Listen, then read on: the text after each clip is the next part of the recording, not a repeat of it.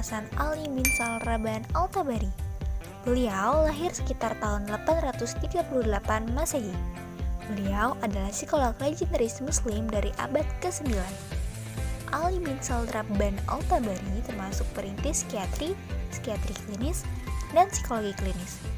Dan beliau wafat sekitar tahun 870 Masehi.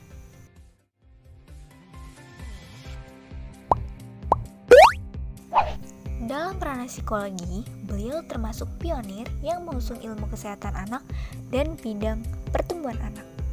Kehebatan Al-Tabari diakui oleh Amber Hakim dalam bukunya yang berjudul Psychology from Islamic Perspective and Challenges to Contemporary Muslim Psychologies.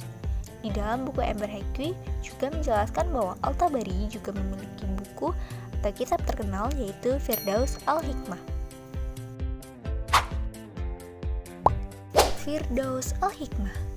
Dalam kitabnya pada abad ke-9 Masehi, Firdaus Al-Hikmah yang berarti surga kebijaksanaan berisi tentang sistem pengobatan. Buku pertama itu dikategorikan sebagai ensiklopedia kedokteran dan dibuat dalam 7 volume dan 30 bagian dengan total 360 bab.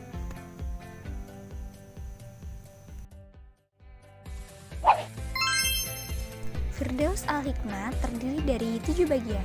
Yang pertama ada ideologi ilmu kedokteran kontemporer, yang kedua penjelasan organ tubuh manusia, yang ketiga deskripsi diet yang diminum dalam kondisi kesehatan dan penyakit, yang keempat semua penyakit mulai dari kepala hingga jari kaki, yang kelima deskripsi rasa, yang keenam rasa dan warna, yang ketujuh obat dan racun. Sedangkan bagian lain membahas beragam topik yang membahas iklim dan astronomi. Kitab ini juga menyebutkan secara singkat tentang pengobatan India.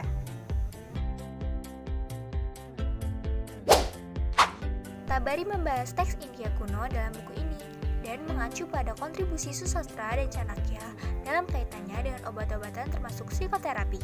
Hamarna 1984. Dalam babnya tentang penyakit mental, Al-Tabari pertama kali menjelaskan mengenai 13 jenis gangguan mental, termasuk kegilaan, delirium, dan fasad, al-hayal wal-aql, kerusakan imajinasi dan pikiran, Demerdas dan Al-Sarif 1984. Dia juga dengan jelas menyoroti penyakit mental sebagai spesialisasi miliknya. Dia juga menceritakan kisah seorang praktisi yang akan bertanya kepada pasiennya, apakah kamu makan anggur atau semangka selama musim buah-buahan tersebut? Pertanyaan intuitif seperti itu akan memenangkan hubungan dan kepercayaan pasien dan akan mengarah pada hasil terapi yang positif. Ali ibn Salraban Al-Tabari menekankan ikatan yang kuat antara psikologi, obat-obatan, kebutuhan akan al-ilaj al-nafs atau psikoterapi, dan konseling dalam terapi pengobatan pasien. Paul 2000.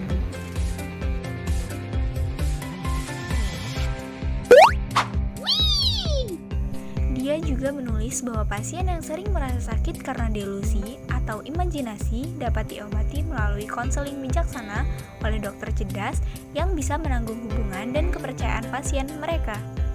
Dengan demikian akan mengarah ke hasil terapi yang positif. Demerdas dan Ali Sarif tahun 1984.